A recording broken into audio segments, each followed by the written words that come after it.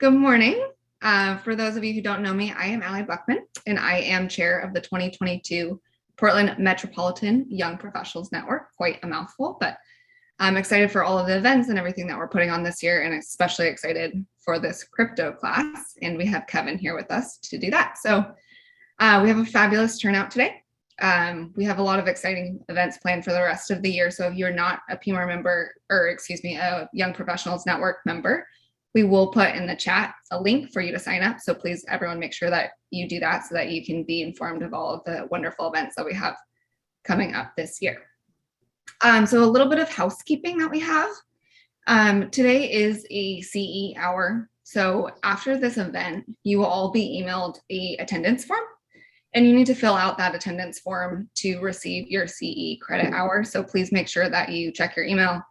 When you get that form, please email it back. Instructions on that will be in that email. So please make sure you follow that so that you get your CE credit hour for this class. And so we will be monitoring the chat for any questions that you guys have throughout this presentation. We'll hold those questions until the end, but be assured that we will get to those questions once Kevin wraps up with his presentation. It'll be about 30 minutes or so of presentation, and then we'll have plenty of time for questions after that. So please make sure that you do put those in the chat. And then, we'll also put information on the chat on the attendance form in the CE hour credit. Yay. Okay, crypto. Kevin, are you ready for this? I am ready. So ready. Okay, so without further ado, I'm really excited to pass it over to you, Kevin. He is with Root Mortgage, and Kevin is going to give us a little introduction on himself, and we're going to get cooking with crypto. So Kevin, take it away. All right. Well, so they told me that it was going to be about 40 people, but I guess over 200 people showed up. So pretty exciting stuff. A little nervous, but we'll get through it together. So my name is Kevin Bender. I'm a mortgage advisor over here at Root Mortgage. We do everything traditional, conventional loans, FHA, USDA, VA, all that kind of fun stuff, jumbos. But we have multiple investors, and a lot of those, some of those investors actually handle cryptocurrencies. So we're just going to kind of talk about that kind of stuff. So today I'm going to kind of format it. We're going to do kind of crypto basic 101, the history of it, where they started, when they started, that sort of thing.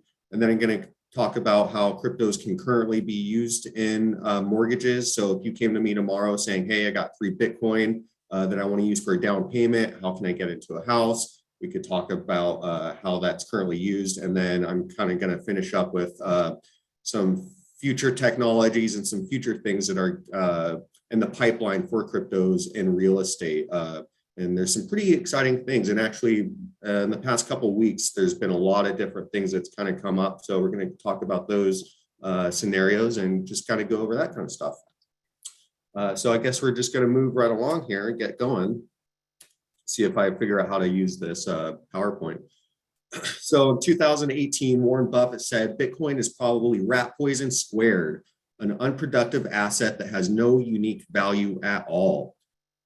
Cue Larry David, Curb Your Enthusiasm theme song, because as of the fourth quarter of last year and just announced, I think yesterday, he invested $1 billion in a bank that focuses on cryptocurrencies.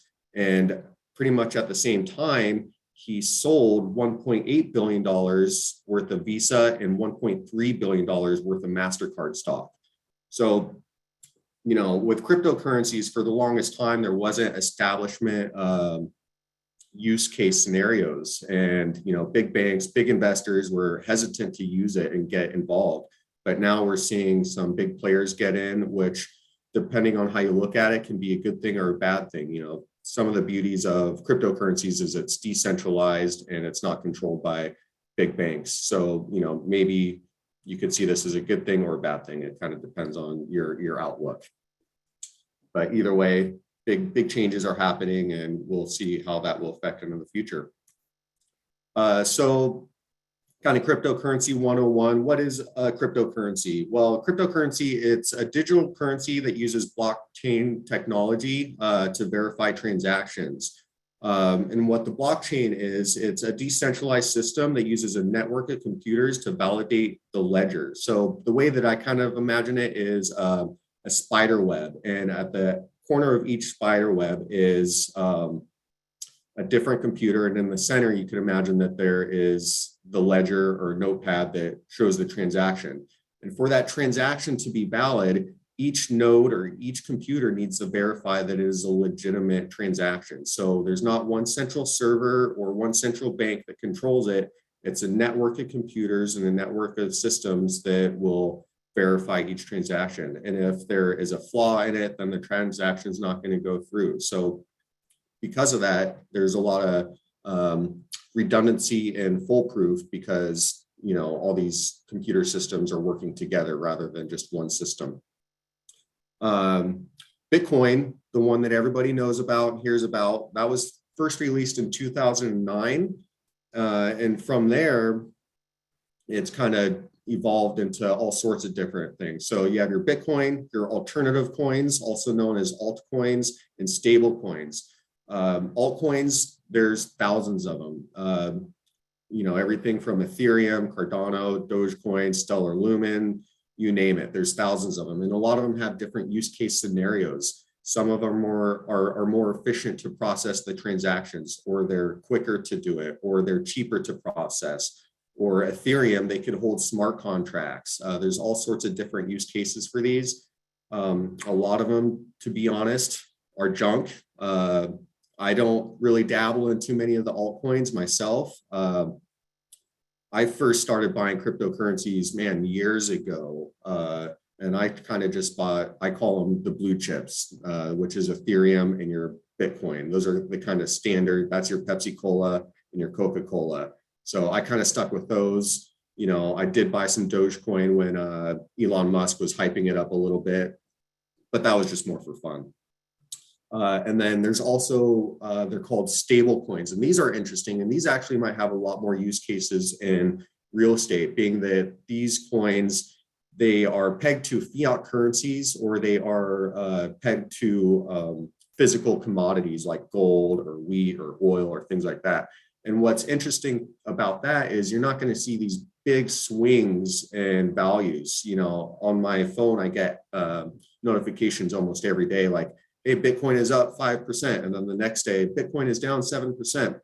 So with stable coins, they're more consistent. They're going to stay, you know, depending on what they are, you know, $1 each sort of thing. One use case scenario for stable coin that I think is really cool is if you live in a country that maybe has really rapid inflation, you can, on your phone, buy a stable coin that's going to hold its value and it's not going to inflate in price as wildly as your country's currency. So you could, over your phone, buy a stable currency, or not currency, but a coin, and it's going to hold its value a lot better than maybe your inflated money from your home country. So there's some really cool, interesting things that can be done with stable coins. So these are kind of just the top cryptocurrencies. You know, obviously you could see here, let me get the little laser pointer out. These are the market cap. So as you can see here, Bitcoin's market cap is about $837 billion. Each one right now, I didn't check the price this morning. It's probably gone up or down. I don't know, but it's about 44,000. And Bitcoins are interesting because there's only going to be 19 million of them ever made. And as you can kind of see here, that's just kind of showing how many are left to go. We're pretty close to being done with circulating supply. And then here we have Ethereum. This is, you know, like I said, the second most common cryptocurrency. I really like Ethereum. I think they have more use cases than Bitcoin. They could hold smart contracts and hold more information. And, you know, for a first-time investor, also, you could get into it at this time a more reasonable price. You can buy fractional coins. So if you only wanted to buy, you know, $5,000 worth of Bitcoin, you could absolutely do that. And you get, you know, about 1/10 of a Bitcoin. So you can buy fractional, same thing with Ethereum and all those. You can buy fractional tokens.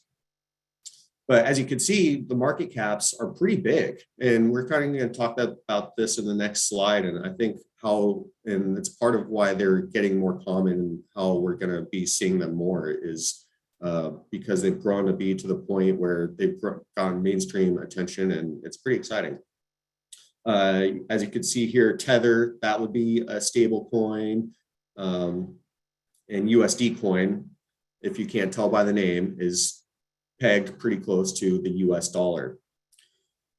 And these prices are as of yesterday, February 16th, 2022. They're all going to be different now. So that's just a quick little reference.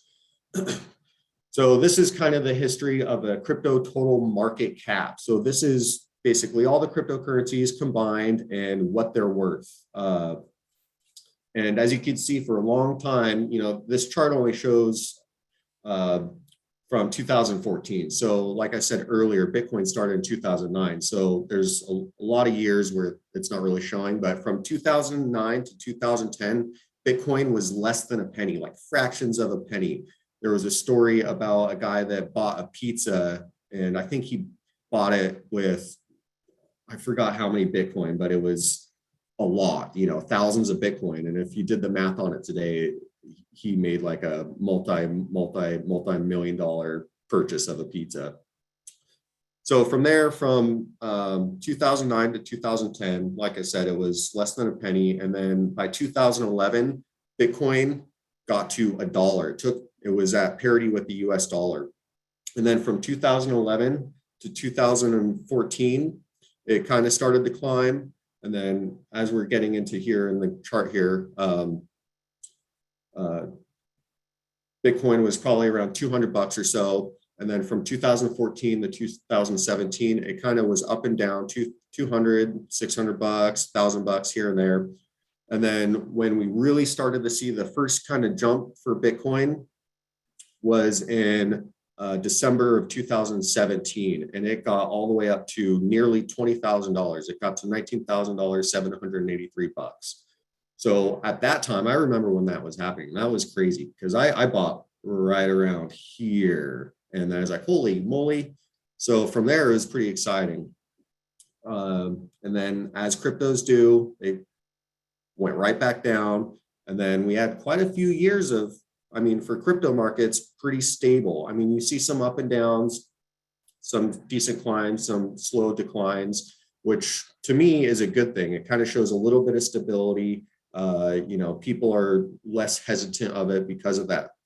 And then as of recently, as you could tell, prices went to the moon. That was kind of the meme on Reddit. Nobody knew where it was going to stop or what it was going to do. As you could see, market cap, it jumped up to $2.6 trillion. So that's a lot of money. That's, in a system. So from there, it went up, went down, and then it got all the way up to 3 trillion as of late 2021, like October-ish. And at that time, Bitcoin reached its high point of $66,000, nearly $67,000. And then from there, we've seen a little bit of a correction, if you could say. But from here, who knows what's going to happen? Are we going to have a more consistent chart going along, or is this just going to keep going up? I don't know. I'm not the expert. There's a lot of people that say that it's going to keep going up, and there's a lot of people that say it's going to go down. Who knows? It's hard to tell. But the interesting thing about this being that $3 trillion in this market shows investors and banks and all those big guys that there's a lot of value to be had in this. And that's what we're going to be talking about here shortly about cryptos and real estate, which is why we're here. So cryptos, because all that value is there, a lot of investors are looking into it to do in real estate. So you currently can buy a home using cryptocurrencies. Well, not exactly. For a conventional mortgage, you have to liquidate your holdings into USD before you buy the home. It's not like you're sending Bitcoin to the title company, or it's not like you're just giving the listing agent your Bitcoin on your little floppy disk, whatever you have. That's not really a thing. You have to liquidate it first. And there's some caveats on how you do it. And there's, depending on the investor, there's some different guidelines that we have to follow. Recent study showed that 1 in 10 first-time home buyers have indicated selling cryptocurrencies for their down payment. So, you know, maybe you bought cryptocurrency a few years ago, you bought 2 Bitcoin and it cost you $5,000, whatever it was. And now those 2 Bitcoin are worth $90,000. That's a substantial amount of money. We want to use that to get into a home that's a hard asset that you could actually touch and feel, which a lot of times you can't really do with cryptocurrencies. So depending on the lender, you could use cryptocurrencies for proof of funds, for down payment, for reserves or closing costs. It depends on the guidelines. So where I work, we have multiple different investors. We kind of get a shop and pick and choose who we use, and they're all going to have kind of different requirements for those guidelines. But these are kind of the basic things that the investors that I talked with kind of look for. And a lot of them kind of line up with how bank statements work when you're getting into a home and doing that kind of stuff. So you need to obtain 2 of the most recent cryptocurrency exchange statements documenting the history of transactions. So essentially a bank statement, but with your cryptos, you know, when you bought it, when you sold it, you know, is it in your cryptocurrency exchange as USD, or is it, do you have it in Ethereum? You need documentation that it is actually your cryptocurrency. In today's age, on the exchanges, they're actually really strict with creating an account. I helped my dad create an account a couple of years ago, and he had to do a picture of his face from the side and this and that and social security number. So it's pretty easy to verify that, hey, this is my account, you know, my name's on here, my social security number's on here. So it's pretty easy to do. I'm not sure when I first bought in that I had to do that. So I might be up a creek. I don't know, but I'm not planning on selling my cryptocurrencies anytime soon. So like I said earlier, the funds need to be liquidated into USD before they can be used. And to do that, you have to sell your cryptocurrencies and transfer it to your bank, or transfer it to your title or escrow. And depending on the investor, one of our investors, they require 3 days prior to closing, and another investor said 7. And so it kind of depends on who you're talking to. This one's kind of,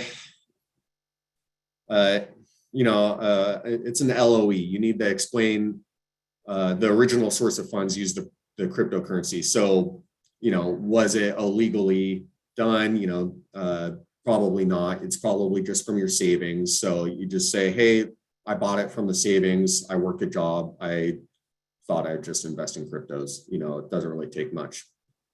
Now, cryptos cannot be used as income according to these conventional ways of doing it. So if you work for a tech company that pays you partially some of your income in Ethereum, you cannot use that for your debt to income ratio. So when we're processing a loan, we take into account your debts, your incomes, your assets. And if your income is, you know, when you calculate your income to figure out how much house that you can afford, we can only do that with USD. So if you're getting $500 a month in Ethereum through your company, we actually cannot count that to your income.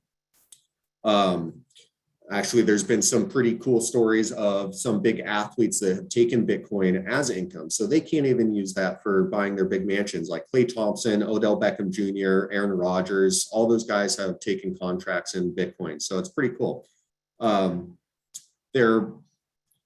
You'd have to speak to a lawyer about this, but there is possibly a way of using cryptocurrency as an income, and that would essentially be to sell your cryptocurrency. You could put it into a trust And then from there, establish a draw period that's going to last at least 36 months. And there might be a way to use that draw period as income, but I haven't done it yet. It's just kind of something I read and heard about. You'd probably want to speak to a lawyer. I should probably look into it more, but that might be an option.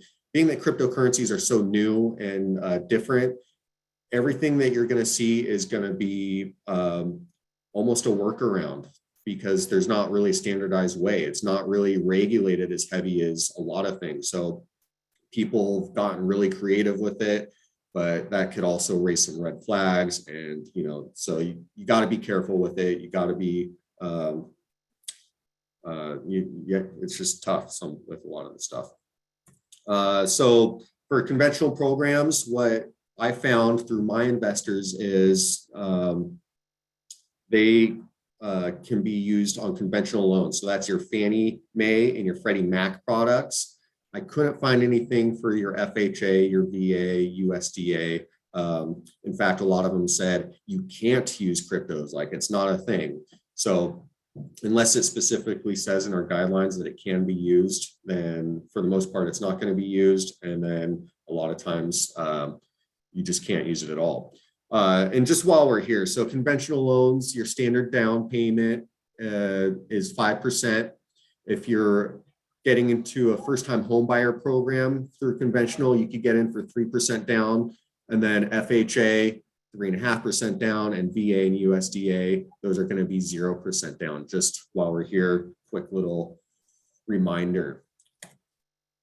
So are all investors the same? Well, they're not. The kind of way that I look at it is, you have a conventional product, just imagine it as like a sugar cookie. It's a standard little foundation, and from there you could have overlays on your guideline that's going to have different rules and restrictions. So, your different frostings or sprinkles or whatever it may be. So you're going to have different investors have different requirements.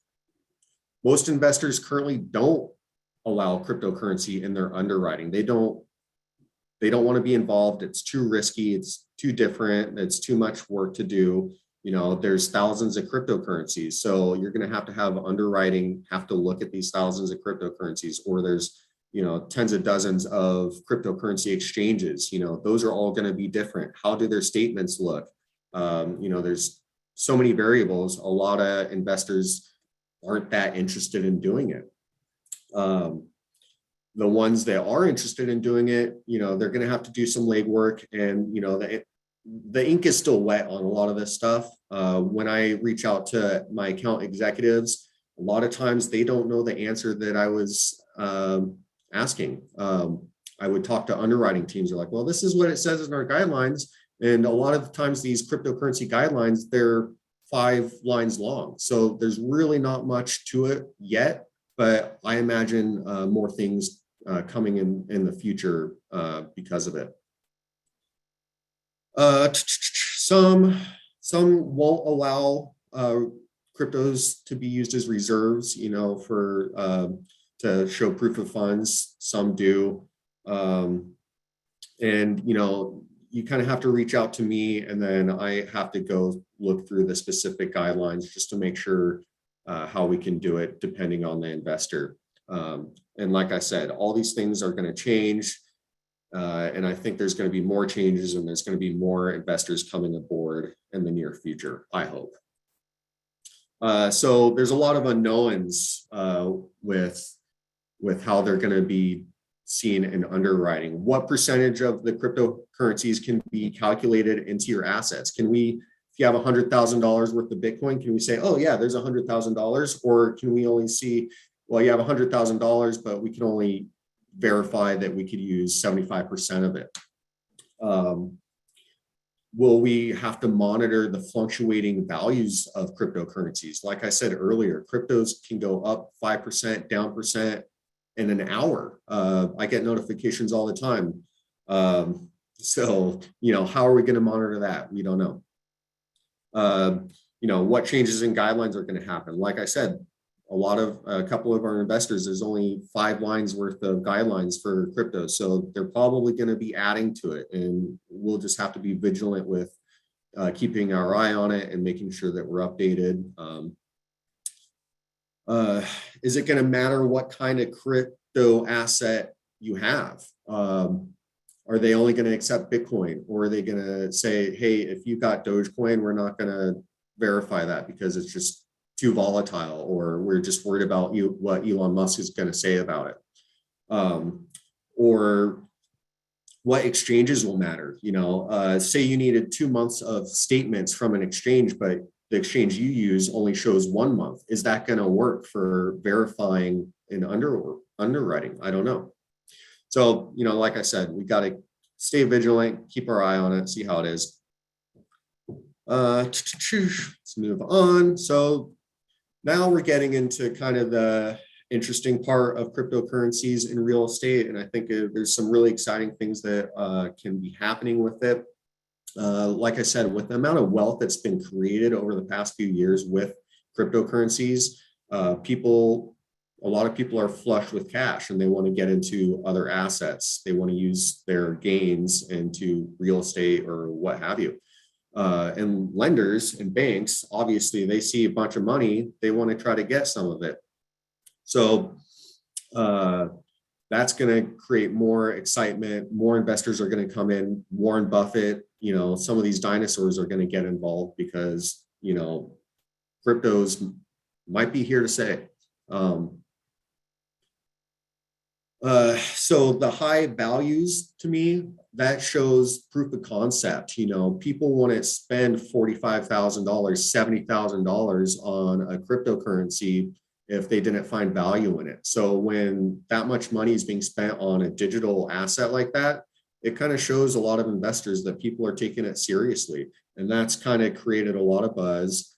But with that, being that it's so volatile, it also kind of muddies up the water, and people are still going to be hesitant. So that's why I think, maybe the stable coins are going to play a big role in the future uses of cryptocurrencies. But, even if the value of Bitcoin or Ethereum stabled out rather than just these skyrocketing values, if those values kind of stabled out, we'll probably see some more widespread adoption of cryptocurrencies in your everyday use, whether it's online purchases or real estate or what have you. So 100% crypto mortgages. So this is if you had a bunch of Bitcoin and you want to go get a house, how you could leverage your Bitcoin to get a mortgage. In August 2021, UWM started testing the waters with crypto payments using Ethereum and Bitcoin, but just a few months later, they dumped it because regulatory issues. One of the beauties of cryptocurrencies is that it's kind of skating around regulations and that sort of thing. That's kind of why I liked it myself. But as it's gotten so popular, governments have been getting more involved. And it's just made things a little tricky. Currently, there's a really cool company that I found. It's called Milo, and they offer 100% financing with Bitcoin. And they basically take Bitcoin and use it as collateral for a 30-year mortgage. And the interesting part to me about it is you don't actually sell or transfer your Bitcoin, but it is used as a collateral and it's untaxed. So the hard part with a lot of these crypto coins and all this stuff is you're going to be taxed on it. If you sell it within a year, it's going to get your short-term tax rate. And if you hold it for longer than a year, you're going to have your long-term tax, which is going to be a little bit less. But if you're going to get taxed 30%, depending on your income, that could be a substantial amount of money. So you're going to be untaxed through this program. You're still going to own your crypto. So you're still going to see its gains, presuming that it's going to hold its value and go up. I don't know, can't say. This company is still in its early stages. There's a long wait list. And from what I can tell, it's Bitcoin only, nothing else. So, depends on what you hold. NFTs. So everybody thinks of NFTs and they think of those little monkeys, they're little pictures of monkeys and that kind of stuff. And to me, I'm a boomer, I guess. I think they're kind of silly, but there's actually a really cool technology with NFTs that would actually be very applicable in real estate. So there's a couple ways NFTs work. You could have the entire asset or fractional ownership. So the way that I kind of imagine it is a file cabinet. You could either own the entire file cabinet through an NFT and have all the data inside, or you could have a fractional ownership of it. So, if it's one of one or one of 100, you may be able to own just one file within the file cabinet, or you could have just the drawer of the top of the file cabinet. And basically what you could do with an NFT is put smart contracts in there. You could put business documents, you could put whatever you want in there. And you could use it basically as a digital transfer of data.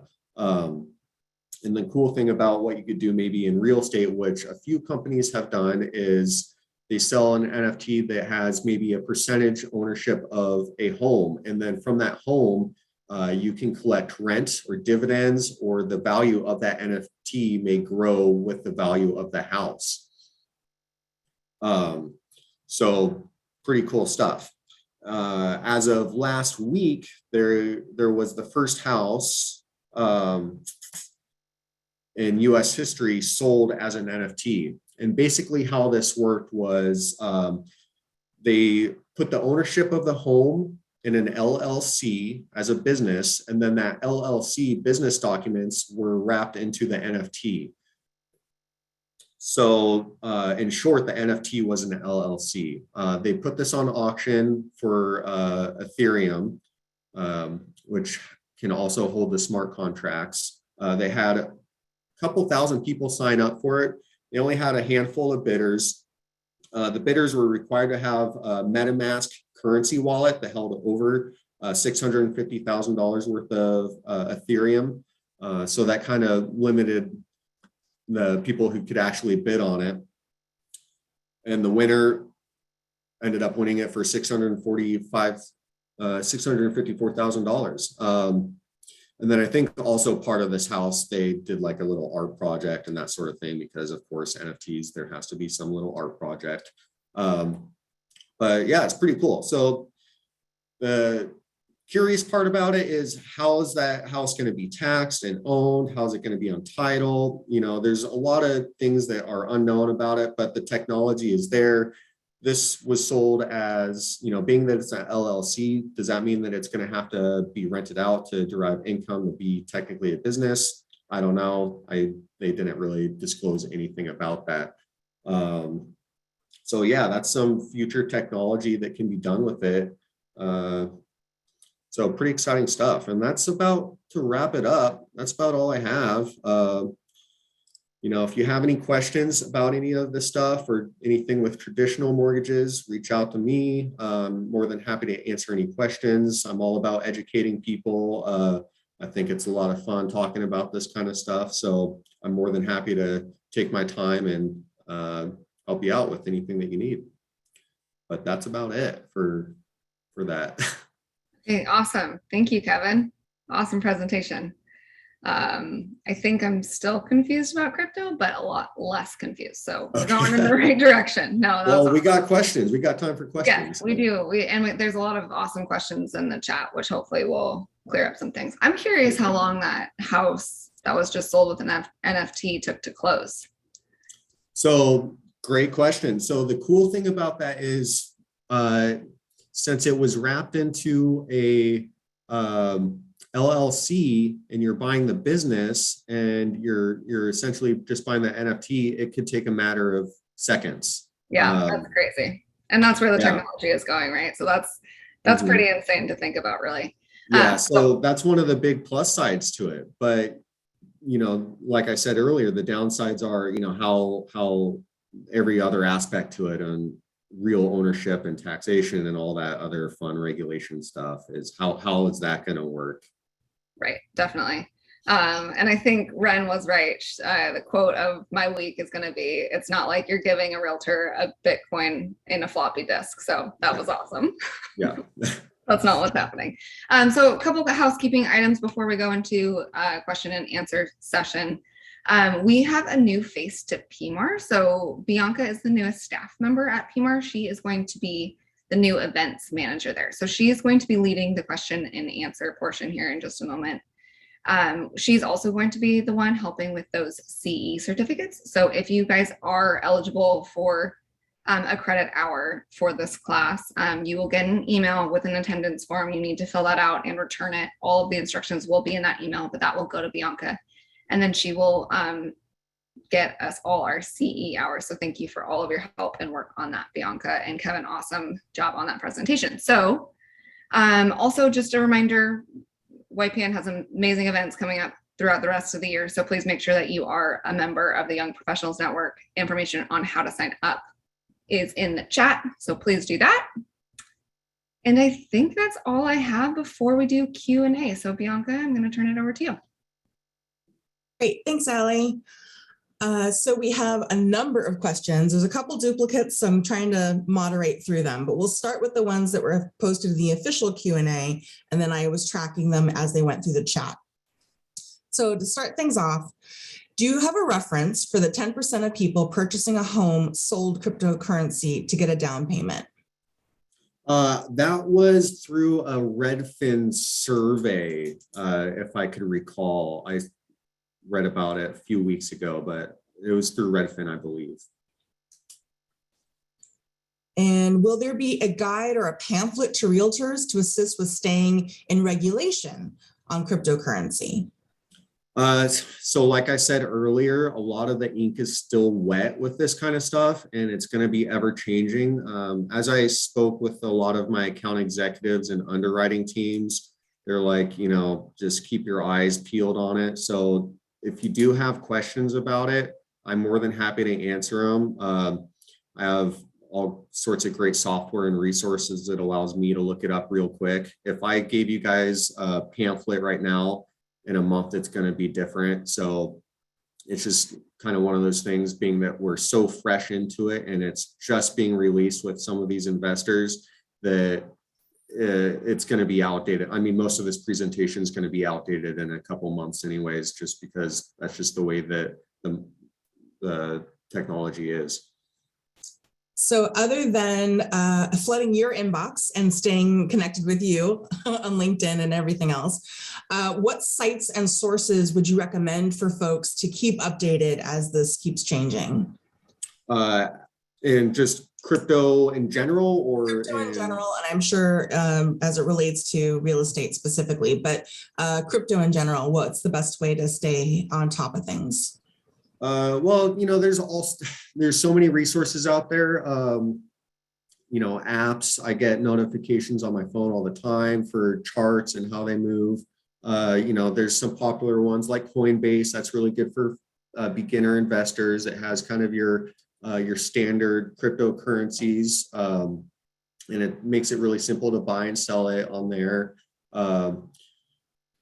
But, you know, Google is your friend with this kind of stuff. But as for guidelines with cryptocurrencies, I have to go straight through my credentials through each of my investors to do it. And a lot of that stuff isn't really public information for a lot of people unless you have special accounts. So a lot of it, unfortunately, isn't for realtors to have a lot of access to. So, you know, I'm more than happy to look into it for you more if you do have questions. Yeah, I think, Kevin, if you and I can connect, if you have specific like forums or places that you feel are kind of reliable, I think that's what people get nervous, is because there is so much information out there. There is a lot of noise, yeah. It's really hard to find, you know, it's not like you go to the New York Times for X and you go, you know, to the Business Journal for X. You want to know, like, where's the most reliable, as opposed to just somebody's thought experiment. Yeah. So yep. Well, and then if you think of some places that I'll share them in the Facebook group for the YPN members. Sure. Yeah. So going back up through the chat, one of the questions was, does income from staking rewards go towards income? So with those, it depends on how they pay it out, which they're probably going to pay it out in stable coins. So you can't count that as income. Income can only be counted through conventional loan as USD. So if you're staking it, which for people that don't know what staking is, you're essentially lending your cryptocurrencies and then you're getting paid back in stable coins, from what I believe for the most part. So no, that can't be counted as income. Great. Thank you for verifying the language. I'm reading the questions exactly as they came through, and we have actually quite a few folks who are crypto investors, and so they do speak your language. They probably know more about a lot of these cryptos than I do, so just. Does the cryptocurrency need to be seasoned funds when liquidated? So like what you see when on a cash down payment of funds for closing 2 bank statements? Yeah, that's a great question. Depending on the investor, yes. One of my investors, they want to see 2 months of it being in that account. Another one of my investors is 1 month. So depending on how long it's, because it raises red flags. If you have $300,000 of Bitcoin all of a sudden, well, where did that money come from? I don't know. So investors, they like to see consistency. They like to see that it's solid. It's just not coming out of nowhere. With a standard loan, we call it mattress money. If you just come in with $30,000, it's like, well, where did you get this? So banks like to see everything seasoned essentially, but it depends on the investor.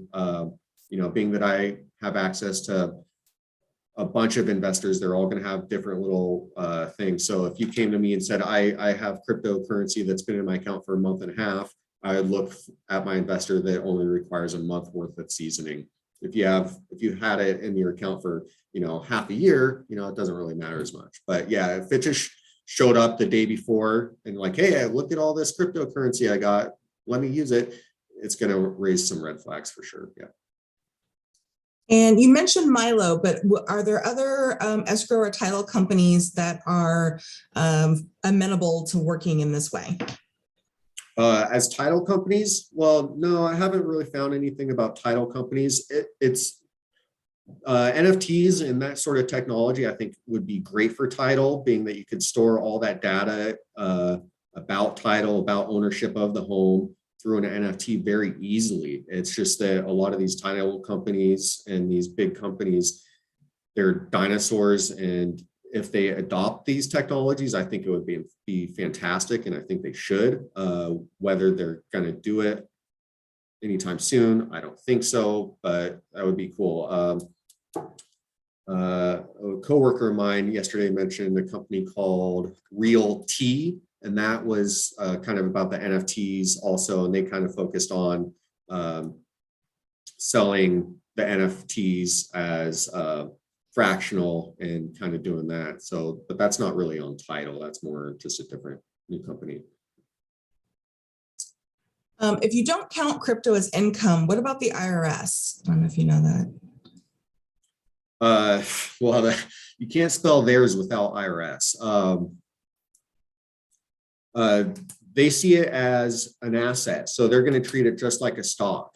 So like I said earlier, if you are making trades or if you're like day trading with it, you're going to be counted as short-term investments. They're going to tax you as if it was income. So if I bought $10,000 worth of Bitcoin and sold it for $11,000 the next day, I'm going to get taxed on that $1,000. And if you have a 30% tax rate, they're going to take $300 of that. Versus also if you do after a year in capital gains tax, you're going to have less taxes, but you're essentially holding on to the asset for a little bit longer. They count it as if it were a stock trade, basically. Great. And can you speak to crypto banks that offer fiat loans on crypto? They reference Nexo, Celsius, BlockFi. We have somebody who doesn't want to use their crypto to buy a house, but wants to know more. You know, I don't really know too much about those banks. I mean, there's just so many different companies out there, and there's new ones, and I can't speak specifically to those attributes. Fair. I try to focus more on the real estate side of putting all this together. Let's see. We talked about this. Is the coin the only collateral with Milo, so they do not collateralize the RE that is being purchased? What was that? Is the coin the only collateral with Milo, so they don't collateralize the real estate that is being purchased? So from what I saw, yeah, they use the Bitcoin as collateral. So I don't know if you're buying $1 million home, if they require that you have 1.2 million worth of Bitcoin, and that's what they use as collateral. There wasn't very much information on it. And it's really new. You know, I could send you guys the link to their website, but there wasn't too much information on it. And I've searched high and low with how it fully functioned, just because it's a pretty innovative idea. And I couldn't tell you. I wish I could. I tried. I looked pretty hard at how it fully worked. Is there any movement toward using smart contracts for title work so that they can close instantaneously? No. I mean, like I said earlier, I think it would be incredible. I think it would be great. You know, the technology is perfect for it, but I haven't seen anybody looking to do it. And I think it's a profit-based reasoning. You know, there's not as much, I guess, money to be made in that kind of technology versus you know, a company that is buying and selling real estate. There's a little bit more of a profit motive to do that versus kind of just the title work. It's perfect technology for it, but there's not the big, you know, investors, I guess that would be a more conservative way to do it, but the profit margin is where probably investors want to be with it. So it's not really a thing that I can find yet. Okay. Let's see. Do you see the future of Ethereum holding reigns that hold multiple properties? Would it be traded on a new exchange? What was that? Oh, do you see the future of Ethereum holding reigns that hold multiple property, and would it be traded on a new exchange? Well, yeah. So, you know, going back kind of to those NFTs, they use Ethereum a lot. So yeah, you could definitely build a portfolio that maybe breaks up each of those properties into an NFT if that's what they're asking. I don't understand like what they're talking about with an exchange. I'm not sure really what they're getting at with that. Like if it was like a publicly traded kind of stock sort of thing, I don't know. I think that's I think that's where they were headed with that question. Yeah, I mean, that's an interesting route. I definitely see that as something that could be a thing. I haven't invented it yet. Maybe that's a good idea for them to do. They should go do that. That's a great idea. Let's see. And one of the last questions, I'm scanning.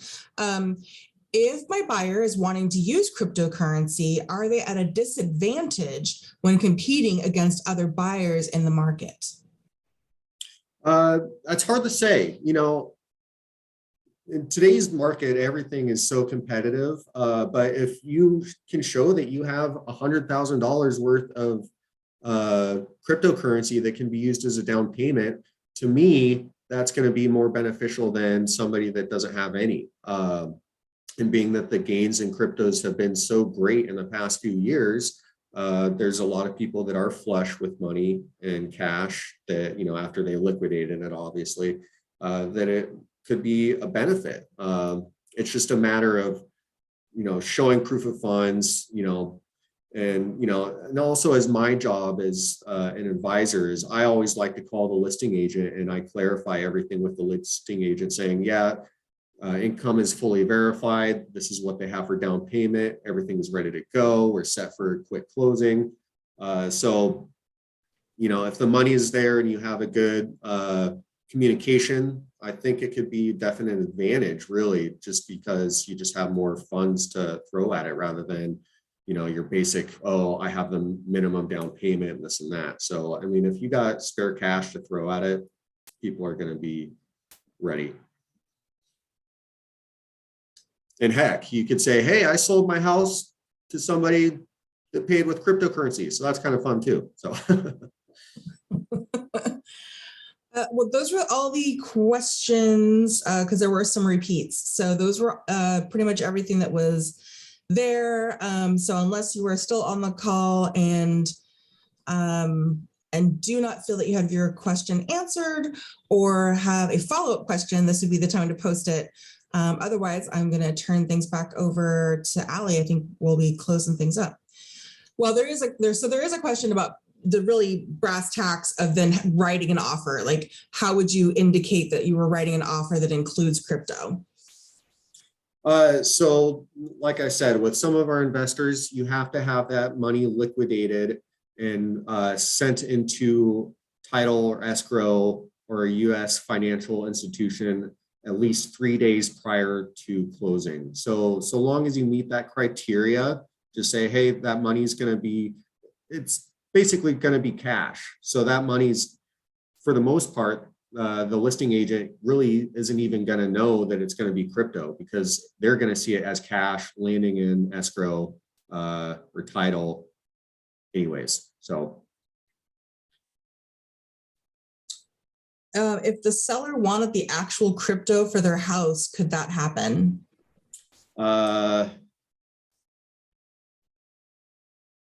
the lending side of things, no. If you guys were going to do it, separately, maybe an all crypto purchase, I'm sure you could work it out. Yeah.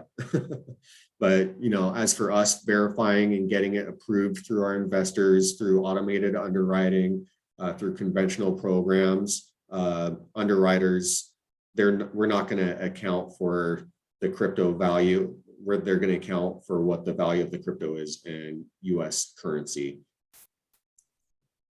So yeah, you have to convert it first.